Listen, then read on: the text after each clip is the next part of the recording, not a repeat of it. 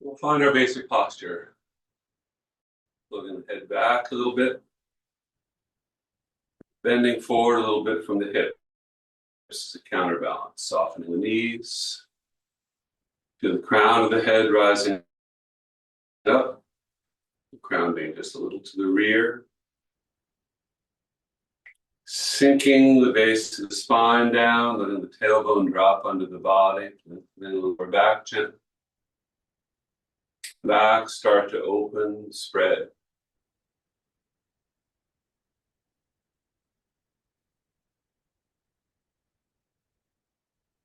Till we feel the back like closing the deep chest or wrap around the body. Spread the hands and feet.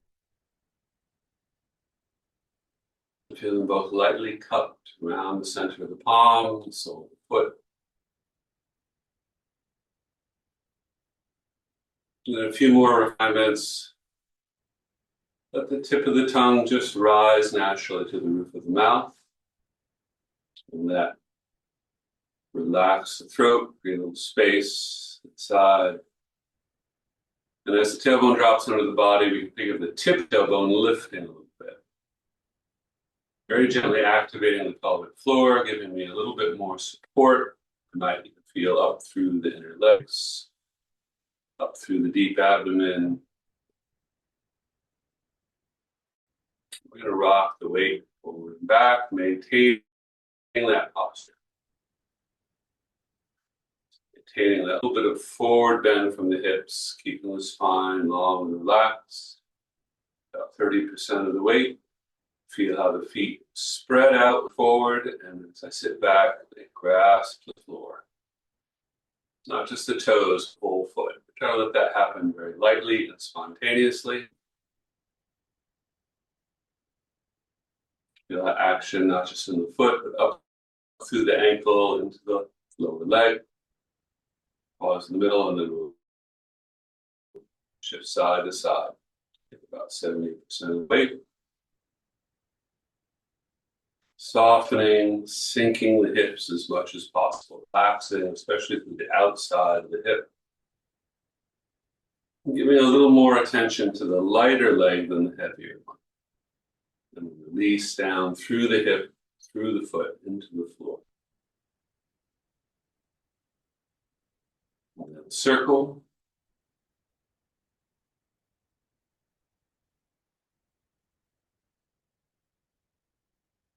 Think of that movement coming from the ankles, but we'll notice it up in the hips as well. Notice a subtle adjustment there. Maybe even some sense reaching up into the abdomen.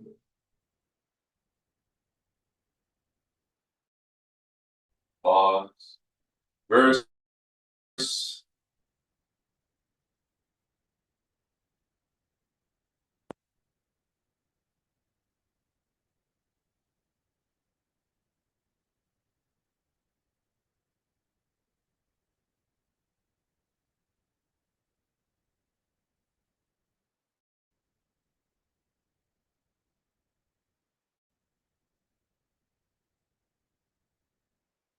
Then we'll look up, keeping the chin back a little bit. Feel the lift in the upper chest, down. Same idea. Keeping the chin back a little bit. Feel that lift up through the back of the neck, up through the crown.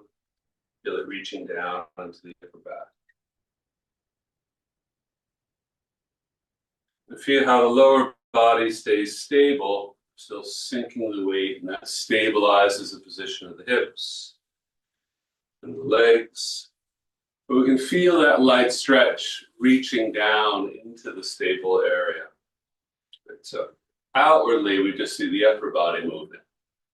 There's still an internal sensation, a lengthening that reaches right down through the hips, the legs.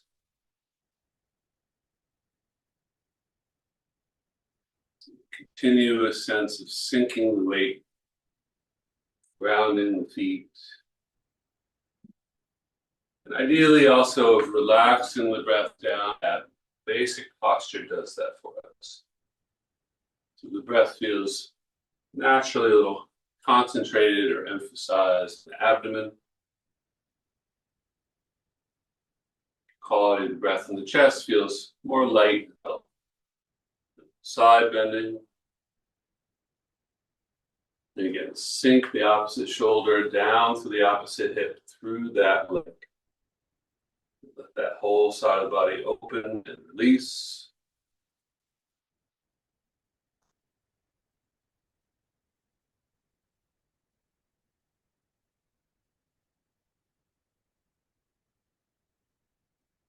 Circle.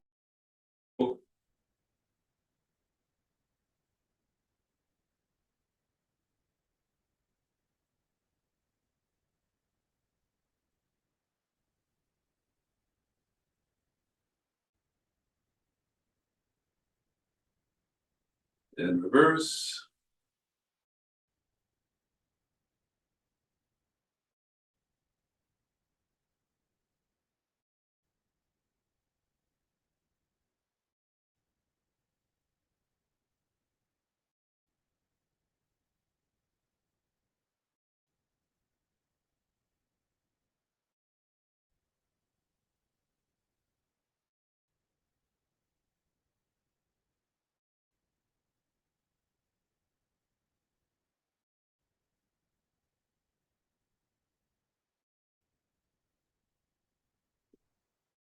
I'm going to turn the head.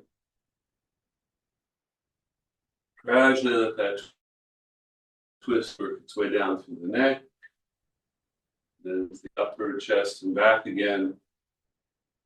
Continue further down. Again, maintaining the posture. Feel the crown rise, feel the base of the spine sink down, lengthening the spine, releasing the weight down through the legs and feet.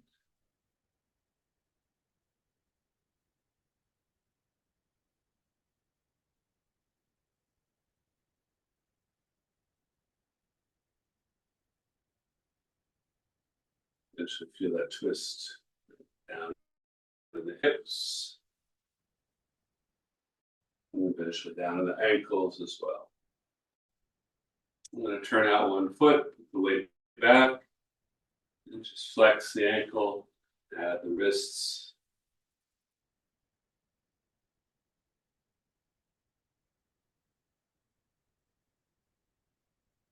Toe in and toe out, again, right from the ankle. Try to do that movement without any movement up at the hip. Get a nice strong back ankle. Hands, it's right at the wrist, just palm staying forward. And then turn the sole in and out. Be a little bit of movement here, probably in the hip, not too much. Again, emphasizing the ankle. That's the equivalent of turning the palms up and down.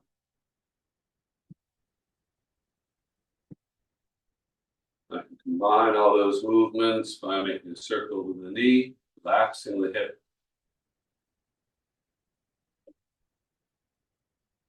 Reverse.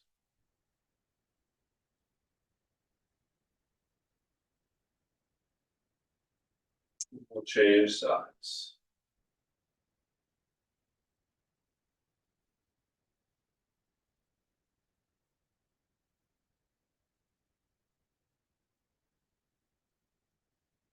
Extend. And on the heel, toe in and toe out, just ankle. That gentle stretch, and not just loosening the area, but warming it up, getting things moving. Sense of circulation. Sole in and sole out.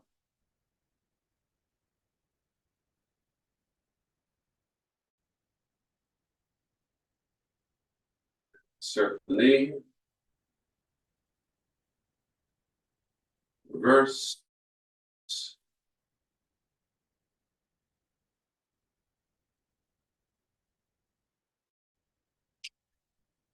Then I put my hands to the low back. Bend the knees a little bit more, sitting down slightly. Dropping the tailbone under. It's that same posture still. Sink the way through the balls of the feet, the heels rise. Look up a little bit as we rise up. Bring the eyes back down.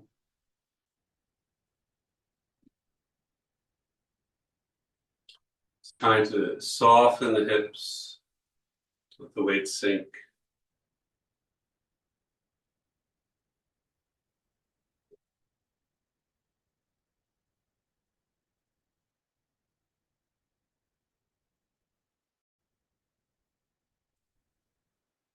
Then I tuck the tailbone as strongly as I can without forcing it. And then untuck, bring the backside out. Feel that strong shape change in the low back. Tuck and untuck.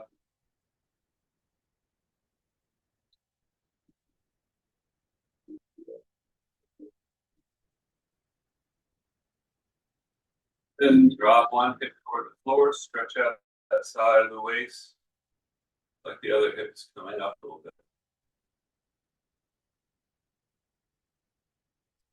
Back and forth, one hip down, one up. The knee bend will help that hip drop toward the ankle, the floor. Just feel it. We're opening up one side of the waist and the other, and then a circle.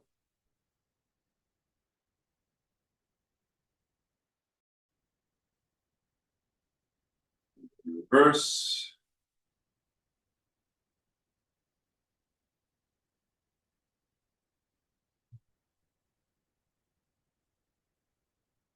Next step, sway the hips forward and back. Now the tailbone's staying tucked under the whole time. So low back feels gently pressed into the palms in both directions. So this way, forward and back. Think of the head keeping its position in the center. Right, not stiff and frozen, but in about the same place. It's the hips that are really moving side to side.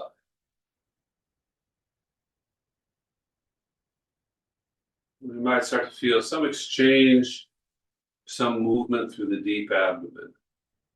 So once I circle, feel a sense of fullness moving to each part. I can divide the abdomen into 8 directions, right, from backside to side in the corners, just giving some attention each of those directions, making sure I can feel a little something moving. Again, I think of keeping the head approximately centered between the feet. Pause and then reverse. And we keep the tailbone tucked, or really just dropped under the body by loosening the lower back, not by stiffening any part of the area.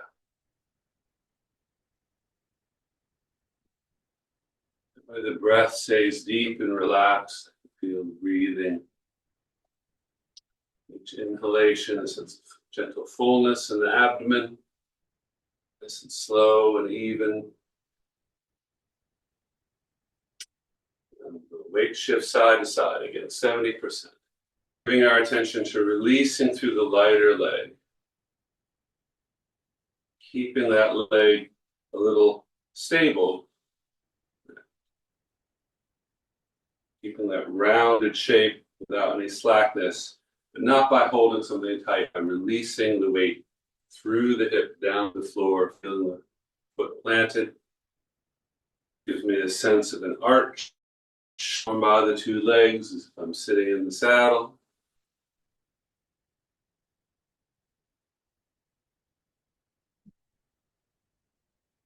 Turn left and right. And it turns from the hips, so I don't lead with my head. I don't lead with the shoulders. There's no real waist movement. Turning from the hip, I think of steering with the belt buckle, perhaps. Then shift and turn.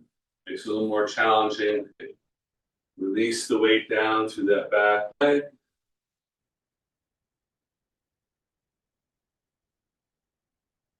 Open up, weight flow down so that 30% of the weight feels nice and rooted.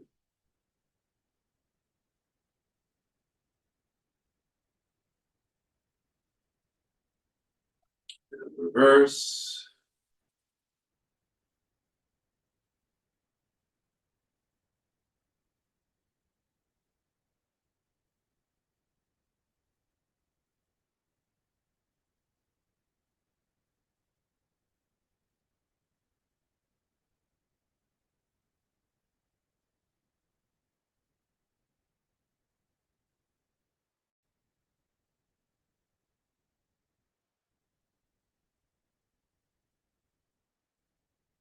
I'm putting the weight on one side, but I'm turning to the other.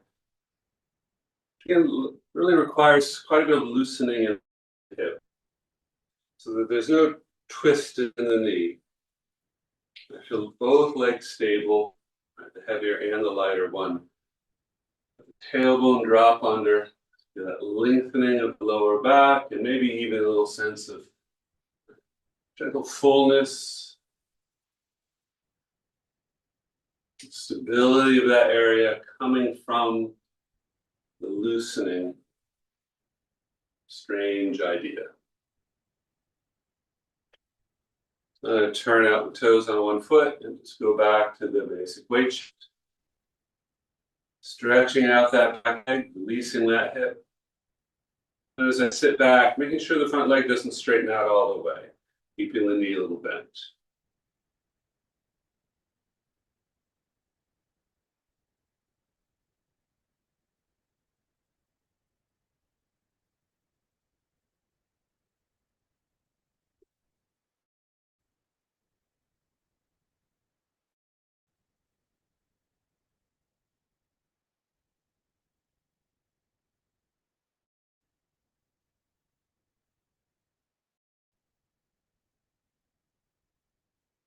And turning the hips towards that front foot to square up. Again, more challenge here in the back hip as I try to bring my hips around.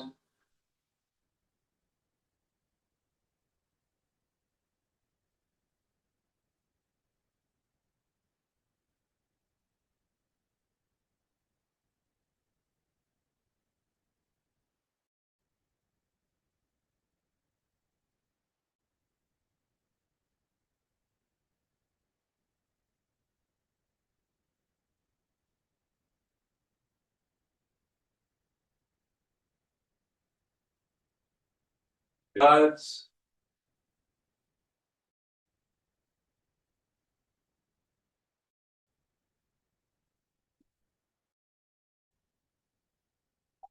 Initially, just leaving the angle of my hips be neutral. Co-facing angle sort of between the angle of the 2 feet. Then I can add that turn to the front. Relax back.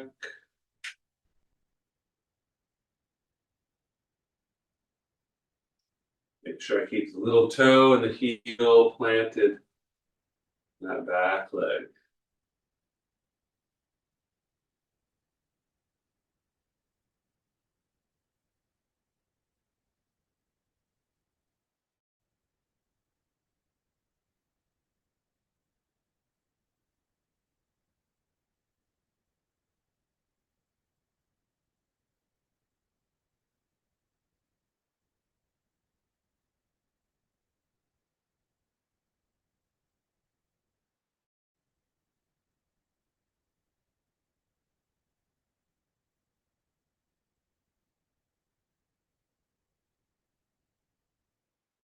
And last of these basic exercises for the morning. I'm going to toe in and toe out.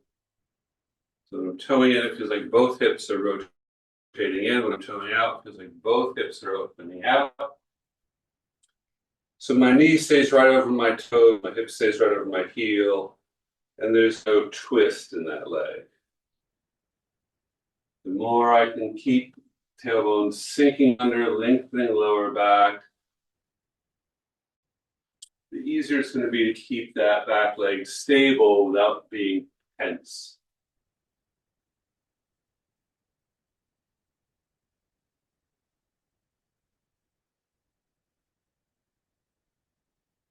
This is really challenging to do correctly.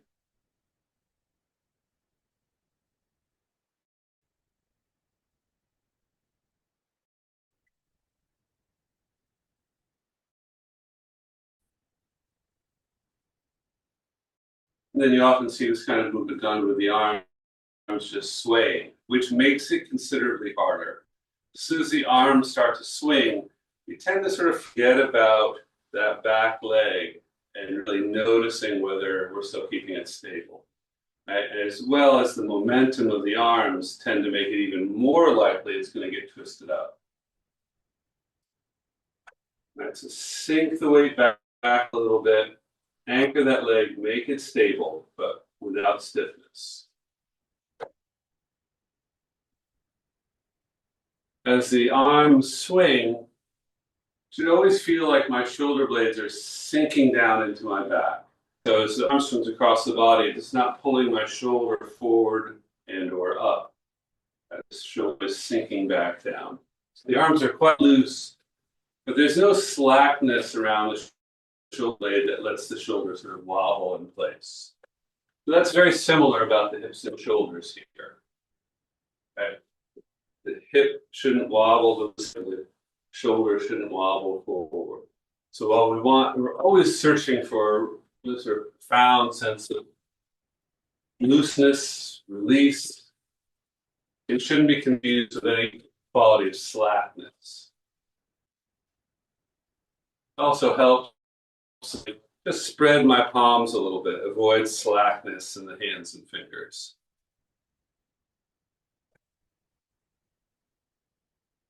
Here, my hands are just patting the front and back of the hip on opposite sides, which further helps release that area, release muscle tension, encourage a little circulation.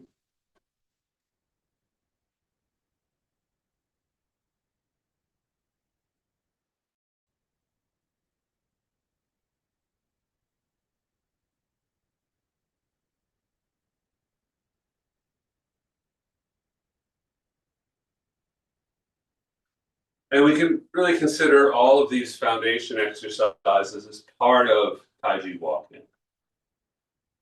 We're already getting a lot of benefit. We're working on the same basic actions and sort of developing a skill set that when we get to the wing itself, things are much more likely to work correctly and to our benefit. We've just been starting off the walking with the feet body width apart, but at this point it probably makes sense to start with the heels together, traditional stance, and think about how we get to that body width stance. So I'm starting the basic posture. Right, so head back a little bit, crown lifted, folding forward a little from the hips, softening the knees, opening the back, sinking the hips and shoulders. Feeling the weight sink down and feeling the breath start to sink down and collect in the abdomen. So it's always the preparatory position. And then I'm going to sink the weight down through one leg so that I can feel the opposite heel pop up off the floor. So I am lowering my body slightly. But perhaps if I stand on the white part of the rug and make it more obvious, you can see how that heel just pops up when the weight comes down through this leg. And I want to avoid any leaning out, right, either with the head and shoulders or with the hip. I want to feel like I'm sinking straight down to the floor. That heel pops up. And I let myself turn out to that side, same side that the heel is coming up, so that I can step out.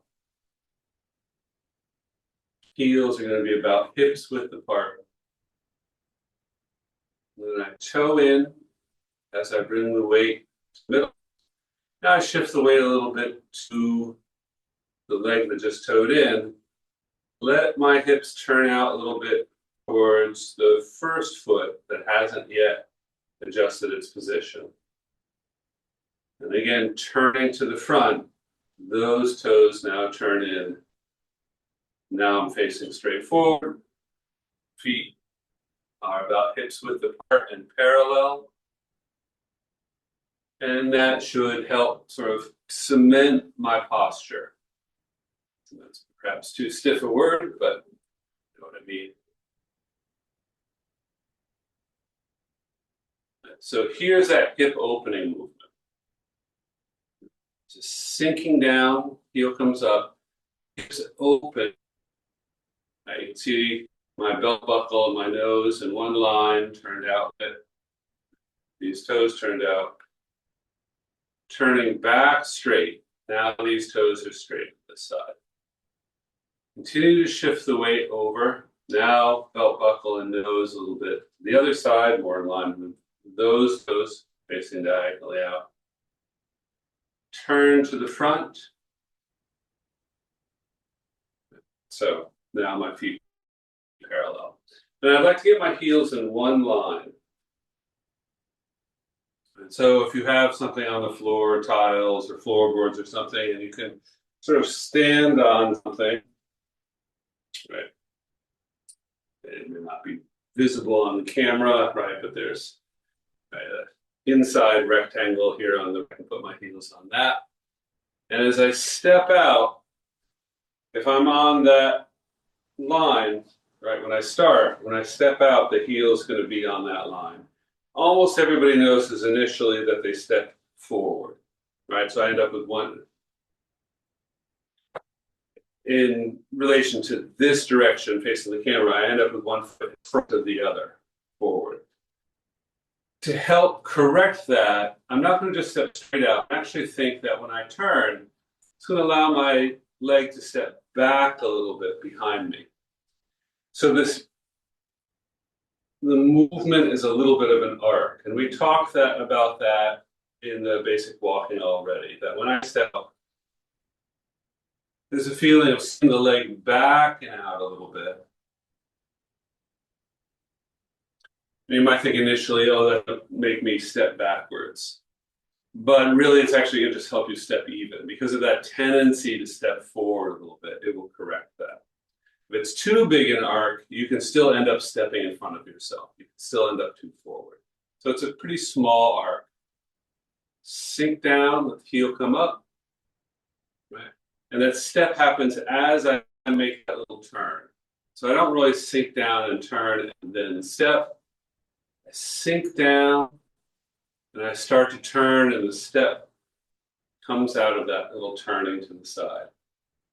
Just like here, shifting the weight turns me forward. Continue to shift the weight. Now I'm turned to this side a little bit. Coming back to the center, turn forward. And one piece I'm going to add is that when that second foot moves, my palms turn to the back. So they face backward. I can feel a little rotation in the shoulder. And ideally, through all that, I maintain the same posture. As I let the arms come up, I really think about sinking the shoulders and the hips, let the weight sink as a kind of counterbalance or a counterweight to the movement of the arms. And then soften the elbows and the knees together. The knees start to bend, the elbows do as well. Release the weight down through the hands, so the hands feel a little heavy, and through the feet. And release up, and drop the fingertips. So this whole thing is called the Tai Chi Commencement. Straightforward enough. And again, it's meant to really cement that basic posture. By the end, I've sat a little lower, which usually helps me drop the tailbone under a little bit more. And then all the walking would be done at this height, with this degree of knee bend. So if I do it from the side, what it looks like is, so maybe you can see that little bit of an arc to my foot. Back. And then toe in as I come to the center. Continue to shift. Now I'm turning this way a little bit. Toe in again as I come to the center. And it helps to drop the eyes just slightly at this stage, which subtly rounds my back and loads the leg right? Sort of like a spring, right? There's a gentle sense of compression. I lower my eyes, feel the center of gravity drop. And as I raise my eyes, just up level, arms come up. But I really have to sink the hips and shoulders. Or what happens is my shoulders come up and I probably lean backward. Leaning backward is one of the main things I want to avoid.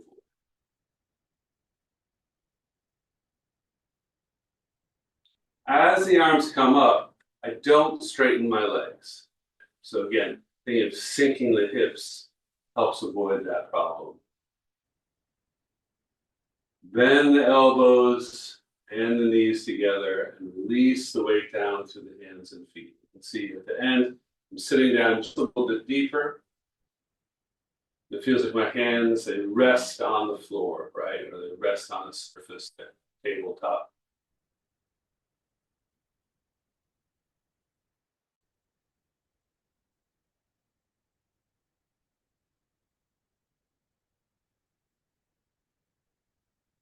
This is a lot of trouble just to do our walking, but each step in this preparation and commencement, again, really helps build up the postural requirements to do the walking more effectively. So why don't I stand on this side and I'll do that same commencement movement. You can do it starting to either side.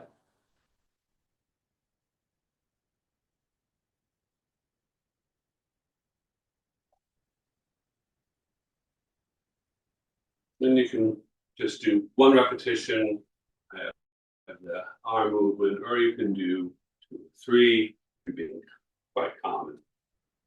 So if I'm repeating it, once I'm down here, I'm standing up again, releasing the fingertips down.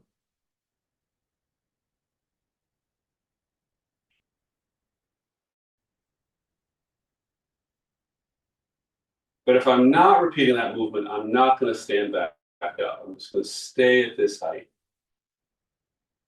Toe out. Open the hips. Maybe I'll turn to this side. Toe out. Open the hips. Shift forward. Relax that back leg till we're at least 70% of the weight on the front leg. That back foot is still planted. Then let the back foot peel up and step up. And then I'm going to take my first step forward. But the first step forward also follows that sort of stepping back feeling.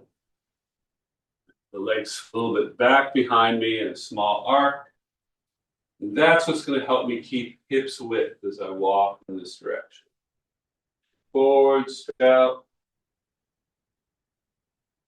Stretch the hip. Drop the tailbone. Keep the back foot planted.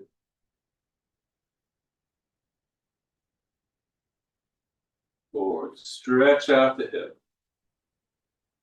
In this position, once I've toed out, quite challenging to release that back hip. Keep the tailbone sinking under. And then I can step up. Step out, shift forward, open up that back hip, square the hip towards the front. And if the back foot needs to pivot a little bit, it can, but hopefully on the heel. And again, I start the next step by shifting back, sit into the back hip. Front knee stays a little bit bent, but don't let it slacken out. Front toes can come up and toe out. Stretch out that back hip as I shift forward again. Step up.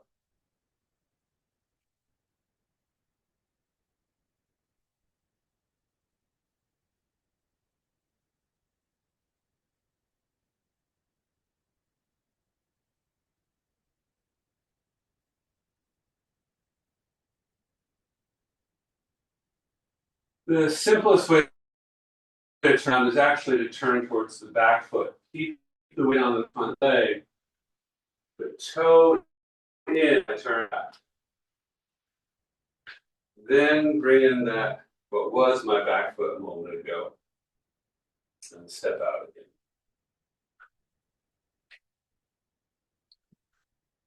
Back step, so my feet stay in the picture.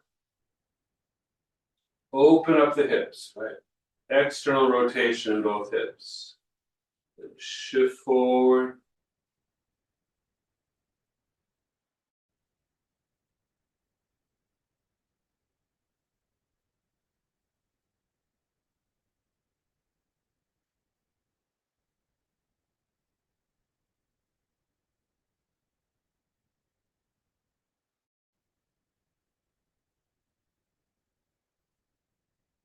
Slow, even rhythm.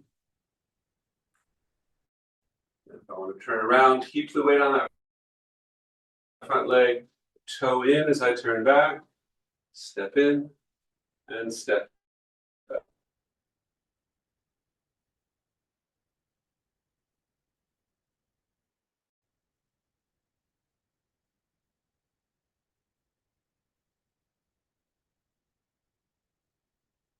Again, in that forward position, the hands are a little bit ahead of the hips. Again, I feel my shoulder blades sinking down into my back. And this helps coordinate the feeling of the upper and lower body. Obviously, when we normally see Tai Chi, we see all sorts of arm movements.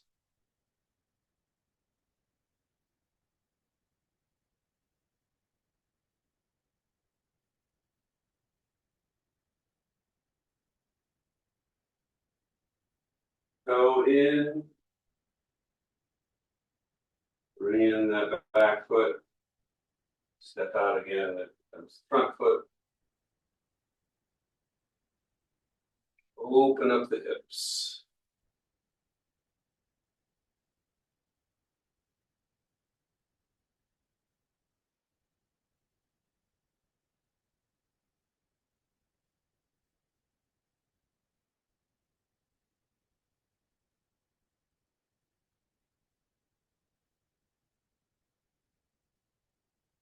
Feel the palms a little heavy.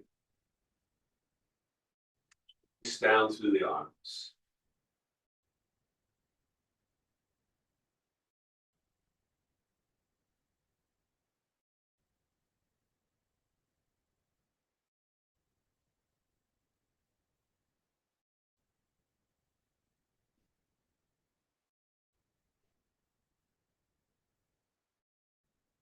As we come forward, release to that back hip. Keep that back foot firm, especially the heel. And again, if that back foot needs to pivot a little bit to follow the angle of the hips, the toes can stay down. The pivot's on the heel, toes stay down. It's a small turn. There's just the turning of the hips that carries the foot along with it. So open the arms, step up.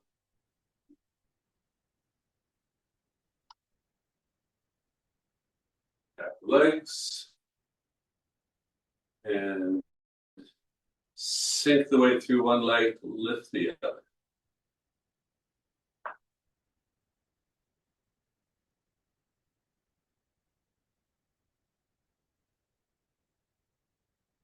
This is the most common pattern associated with Tai Chi walking or the Tai Chi walk.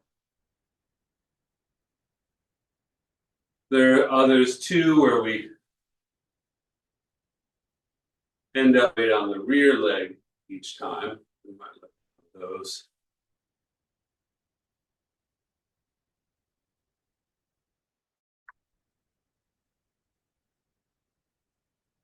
The arm swing, walk in place a little bit.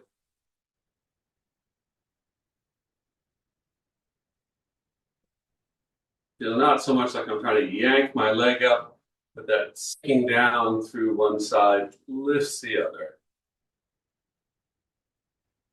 Lightly and spontaneously. Shake out the legs and arms.